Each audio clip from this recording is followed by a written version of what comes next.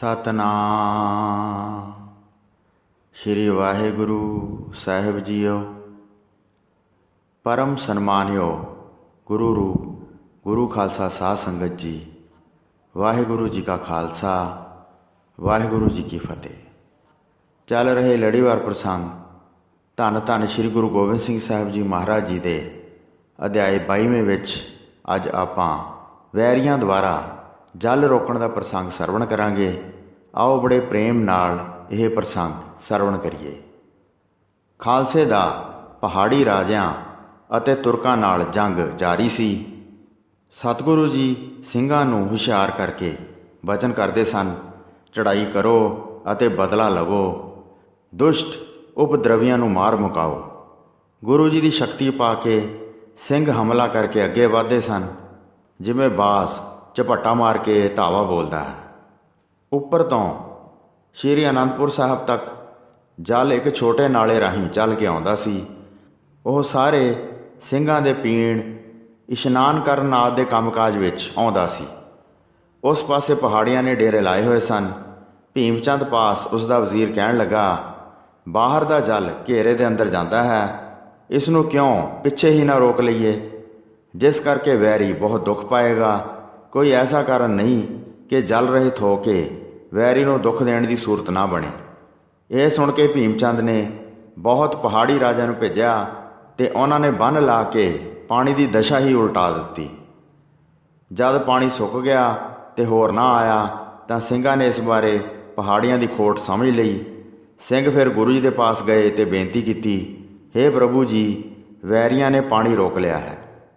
ਸੁਚਮਤਾ ਅਤੇ ਇਸ਼ਨਾਨ ਆਦਿ ਸਾਰਾ ਕਾਰਜ ਖਾਲਸਾ ਬੜੀ ਆਸਾਨੀ ਨਾਲ ਕਰ ਲੈਂਦਾ ਸੀ। ਸਤਿਗੁਰੂ ਜੀ ਆਪਣੇ ਸੇਵਕਾਂ ਦੀ ਬਾਣੀ ਸੁਣ ਕੇ ਉਸ ਸਮੇਂ ਬੋਲੇ, ਸਤਲੁਜ ਨਦੀ ਆਪਣੀ ਸ਼ਕਤੀ ਸਹਿਤ ਹੈ, ਖਾਲਸੇ ਵਾਸਤੇ ਉਹ ਜਲ ਦੇਵੇ। ਸਤਲੁਜ ਨਦੀ ਦੁਸ਼ਟਾਂ ਦੀ ਰੋਕੀ ਹੋਈ ਨਹੀਂ ਰਹੇਗੀ, ਇਹ ਸਾਰੀ ਖੋਟ ਉਹਨਾਂ ਦੀ ਜਾਪਦੀ ਹੈ। ਇਸ ਪ੍ਰਕਾਰ ਕਹਿ ਕੇ ਜਲ ਲਿਆਉਣ ਵਾਸਤੇ ਕਿਹਾ। ਆਪਣੇ ਪੱਥੇ ਵਿੱਚੋਂ ਤੀਰ ਦੇ ਕੇ ਕਿਹਾ, ਸਤਲੁਜ ਦੇ ਕਿਨਾਰੇ 'ਤੇ ਪਹੁੰਚੋ, ਸਾਡਾ ਸੰਦੇਸ਼ ਉਚਾਰਨ ਕਰਕੇ ਸਤਲੁਜ ਨੂੰ ਸੁਣਾਓ। ਹੁਣ ਵੱਡਾ ਸੰਗਰਾਮ ਦਾ ਸਮਾਂ ਆ ਗਿਆ ਹੈ। ਵੈਰੀਆਂ ਨੇ ਲੱਖਾਂ ਦੀ ਗਿਣਤੀ ਵਿੱਚ ਲਸ਼ਕਰ ਚੜ੍ਹਾ ਕੇ ਲਿਆਂਦਾ ਹੈ। ਅਸੀਂ ਬਹੁਤ ਦੇਰ ਤੱਕ ਤੇਰੇ ਕਿਨਾਰੇ 'ਤੇ ਵਸੇ ਹਾਂ। ਤੇਰੇ ਕਿਨਾਰੇ 'ਤੇ ਕਈ ਪ੍ਰਕਾਰ ਦੇ ਆਨੰਦ ਵਿਲਾਸ ਕਰਦੇ ਰਹੇ ਹਾਂ। ਜਗਤ ਦੇ ਪਾਪਾਂ ਨੂੰ ਦੂਰ ਕਰਨ ਵਾਸਤੇ ਪੰਥ ਰਚਿਆ ਹੈ। ਹਿੰਦੂ ਧਰਮ ਨੂੰ ਉਭਾਰ ਕੇ ਉਸ ਦੀ ਸਥਾਪਨਾ ਕਰਨੀ ਚਾਹੁੰਦੇ ਹਾਂ। ਤੁਰਕਾਂ ਨਾਲ ਖਾਲਸੇ ਦਾ ਵੈਰ ਧੁਖ ਰਿਹਾ ਹੈ। ਯੁੱਧ ਕਰਕੇ ਨਿਤ ਬਲਵਾਨ ਵੈਰੀ ਦਾ ਨਾਸ਼ ਕਰਦੇ ਹਾਂ। ਇਸ ਕਰਕੇ ਯੁੱਧ ਦੇ ਵੱਡੇ ਅਖਾੜੇ ਲੱਗਦੇ ਹਨ। ਅਸੀਂ ਕਈ ਯੁੱਧ ਦੇ ਪੁਆੜੇ ਪਾਏ ਹਨ। ਆਪਣਾ ਜਲ ਪਹੁੰਚਾ ਕੇ ਸਾਡੀ ਹਿਮਾਇਤ ਕਰੋ। ਹੇ ਸਿੰਘੋ, ਇਸ ਪ੍ਰਕਾਰ ਦਰਿਆ ਦੇ ਕਿਨਾਰੇ 'ਤੇ ਜਾ ਕੇ ਉਚਾਰਨ ਕਰੋ। ਫਿਰ ਕਿਨਾਰੇ ਤੋਂ ਲੈ ਕੇ ਤੀਰ ਦੀ ਲਕੀਰ ਖਿੱਚੋ ਅਤੇ ਲਕੀਰ ਖਿੱਚਦੇ ਹੋਏ ਨਗਰ ਦੇ ਵਿੱਚ ਦਾਖਲ ਹੋ ਜਾਓ। ਫਿਰ ਕਦੀ ਵੀ ਪਿਛਾਂਹ ਮੁੜ ਕੇ ਆਪਣੀ ਦ੍ਰਿਸ਼ਟੀ ਪਿੱਛੇ ਵੱਲ ਨਾ ਕਰੋ। ਵੇਖਣ ਤੋਂ ਬਗੈਰ ਹੀ ਅੱਗੇ ਚੱਲਦੇ ਆਓ। ਜਿਸ ਸਥਾਨ 'ਤੇ ਵੀ ਚਾਹੋਗੇ ਜਲ ਆ ਜਾਏਗਾ ਅਤੇ ਜਲ ਤੁਹਾਡੇ ਸਾਰੇ ਕਾਰਜ ਪੂਰੇ ਕਰੇਗਾ। ਸਤਿਗੁਰੂ ਕਲਗੀਧਰ ਜੀ ਦੀ ਸ੍ਰੇਸ਼ਟ ਬਾਣੀ ਸੁਣ ਕੇ ਜਿਹੜੇ ਉਹਨਾਂ ਦੇ ਪਾਸ ਸਿੰਘ ਮੌਜੂਦ ਸਨ, ਉਹਨਾਂ ਨੇ ਬੜੀ ਸ਼ਰਧਾ ਧਾਰ ਕੇ ਗੁਰੂ ਜੀ ਦੀ ਗੱਲ ਮੰਨ ਲਈ। ਉਹ ਪ੍ਰਭੂ ਜੀ ਪਾਸੋਂ ਬਾਣ ਲੈ ਕੇ ਗਏ ਅਤੇ ਜਾ ਕੇ ਕਿਨਾਰੇ 'ਤੇ ਪਹੁੰਚ ਗਏ। ਸਤਿਗੁਰੂ ਜੀ ਵੱਲੋਂ ਦਿੱਤਾ ਹੋਇਆ ਸਾਰਾ ਸੰਦੇਸ਼ਾ ਸਤਲੁਜ ਨੂੰ ਸੁਣਾਇਆ। ਜਗਤ ਦੇ ਮਾਲਕ ਸਤਿਗੁਰੂ ਜੀ ਤੁਹਾਨੂੰ ਯਾਦ ਕਰਦੇ ਹਨ। ਪਵਿੱਤਰ ਸ਼੍ਰੀ ਗੁਰੂ ਗੋਬਿੰਦ ਸਿੰਘ ਜੀ ਚਿੱਤ ਵਿੱਚ ਤੁਹਾਨੂੰ ਬੁਲਾਉਣਾ ਚਾਹੁੰਦੇ ਹਨ। ਉਹਨਾਂ ਨੇ ਆਪਣਾ ਬਾਣ ਸਾਨੂੰ ਨਿਸ਼ਾਨੀ ਵਜੋਂ ਦਿੱਤਾ ਹੈ। ਇਸ ਪ੍ਰਕਾਰ ਕਹਿ ਕੇ ਸਿੰਘਾਂ ਨੇ ਫਿਰ ਮੁੱਖ ਦੂਸਰੇ ਪਾਸੇ ਮੋੜ ਲਿਆ।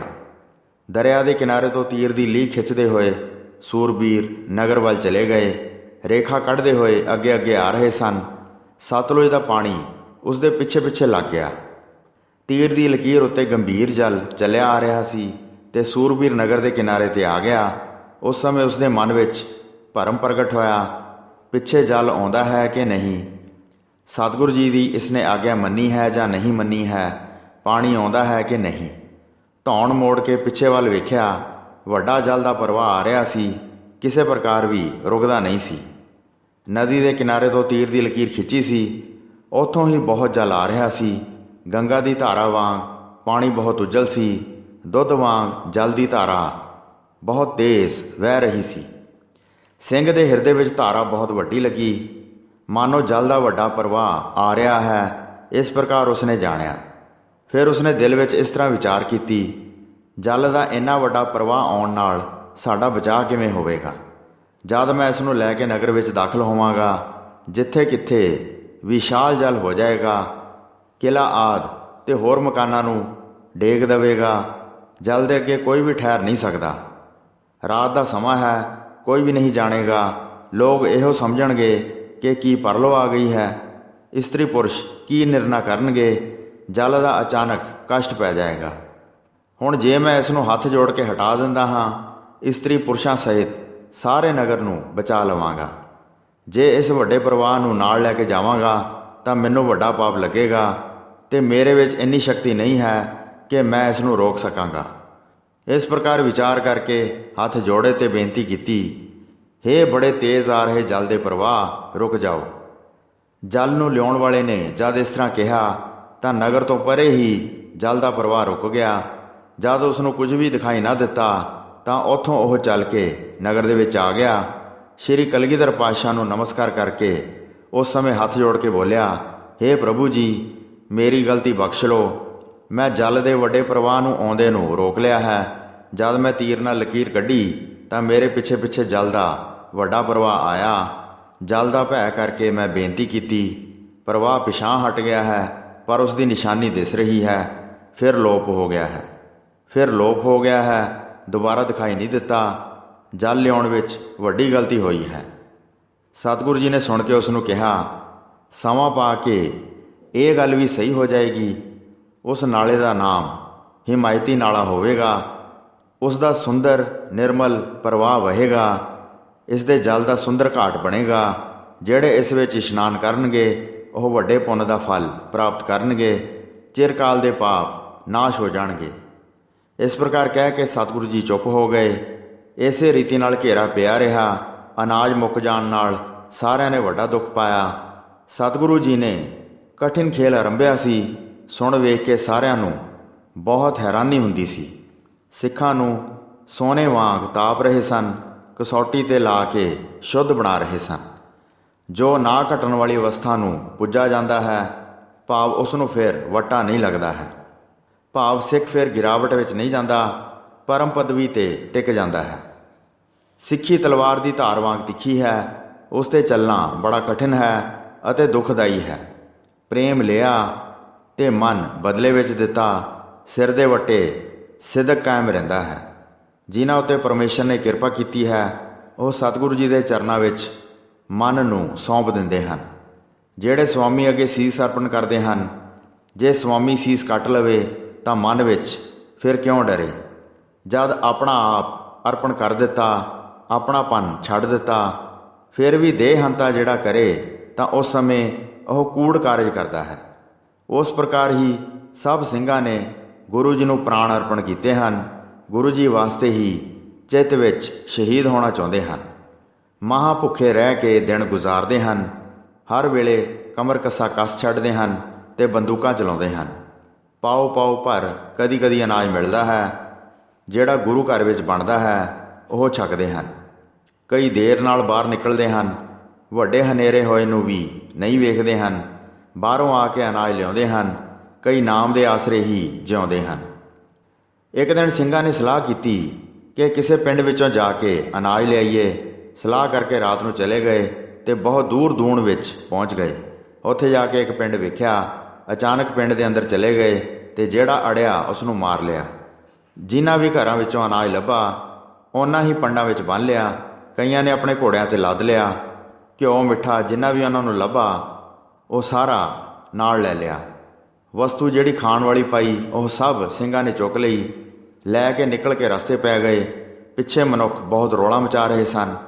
ਹੱਥਾਂ ਵਿੱਚ ਹਥਿਆਰ ਫੜ ਫੜ ਕੇ ਸਾਰੇ ਮਿਲ ਕੇ ਪਿੱਛੇ ਪੈ ਗਏ। ਜਿਨ੍ਹਾਂ ਦੇ ਸਿਰਾਂ 'ਤੇ ਪੰਡਾਂ ਸਨ ਉਹਨਾਂ ਨੂੰ ਅੱਗੇ ਲਾ ਲਿਆ। ਪਿੱਛੇ ਉਹ ਰਹਿ ਗਏ ਜਿਨ੍ਹਾਂ ਨੇ ਬੰਦੂਕਾਂ ਧਾਰਨ ਕੀਤੀਆਂ ਹੋਈਆਂ ਸਨ।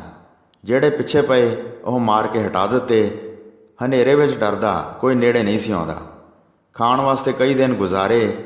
ਅਨਾਜ ਲਿਆ ਕੇ ਡਰ ਦੂਰ ਕੀਤਾ। ਕਿਲ੍ਹੇ ਵਿੱਚ ਦਾਖਲ ਹੋ ਕੇ ਫਤਿਹ ਬੁਲਾਈ। ਵਿਸ਼ਰਾਮ ਕਰਕੇ ਤਿਆਰ ਕਰਕੇ ਪ੍ਰਸ਼ਾਦਾ ਛਕਿਆ। ਕਈ ਦਿਨ ਇਸ ਪ੍ਰਕਾਰ ਬਤੀਤ ਕੀਤੇ। ਫਿਰ ਭੁੱਖ ਨਾਲ ਸਿੱਖ ਵਿਆਕੁਲ ਹੋ ਗਏ। ਦਰਖਤਾਂ ਦੀਆਂ ਫਿਰ ਛਿੱਲਾਂ ਲਾਹੀਆਂ ਤੇ ਕੁੱਟ ਕੇ ਖਾਣ ਵਾਸਤੇ ਤਿਆਰ ਕੀਤੀਆਂ। ਕਈ ਦਰਖਤਾਂ ਦੇ ਪੱਤੇ ਲੈਂਦੇ ਸਨ ਤੇ ਅੱਗ ਉੱਤੇ ਧਰ ਕੇ ਰਿੰਨ ਕੇ ਖਾਂਦੇ ਸਨ। ਕਈ ਜਿੱਥੇ ਕਿੱਥੇ ਫਿਰ ਕੇ ਜੋ ਵੀ ਲੱਭਦਾ ਸੀ ਫਲ ਫੁੱਲਾਂ ਨੂੰ ਤੋੜ ਕੇ ਲੈ ਆਉਂਦੇ ਸਨ। ਬਹੁਤ ਵੱਡੀ ਭੁੱਖ ਨੂੰ ਸਿੰਘ ਬਰਦਾਸ਼ਤ ਕਰਦੇ ਸਨ। ਹੋਵੇ ਜੰਗ ਤਾਂ ਹਥਿਆਰ ਮਾਰੀਏ, ਆਪਣੇ ਸੀਸ ਅਰਪਣ ਕਰੀਏ ਤੇ ਕਿਸੇ ਪਾਸੇ ਵੀ ਨਾ ਜਾਈਏ। ਗੁਰੂ ਜੀ ਵਾਸਤੇ ਸਿਰ ਅਰਪਣ ਕਰਨ ਵਿੱਚ ਕਿਸੇ ਪ੍ਰਕਾਰ ਦੀ ਦੇਰ ਨਾ ਲਾਈਏ। ਸੋ ਸਾਧ ਸੰਗਤ ਜੀ, ਇੱਥੇ 6ਵੀਂ ਰੁੱਤ ਦਾ 22ਵਾਂ ਅਧਿਆਇ ਸਮਾਪਤ ਹੁੰਦਾ ਹੈ ਜੀ। ਪ੍ਰਸੰਗ ਸੁਣਾਉਂਦੇ ਹੋਈਆਂ ਅਨੇਕ ਭੁੱਲਾਂ ਚੁੱਕਾਂ ਦੀ ਖਿਮਾ ਬਖਸ਼ਣੀ ਜੀ। ਵਾਹਿਗੁਰੂ ਜੀ ਕਾ ਖਾਲਸਾ, ਵਾਹਿਗੁਰੂ ਜੀ ਕੀ ਫਤਿਹ।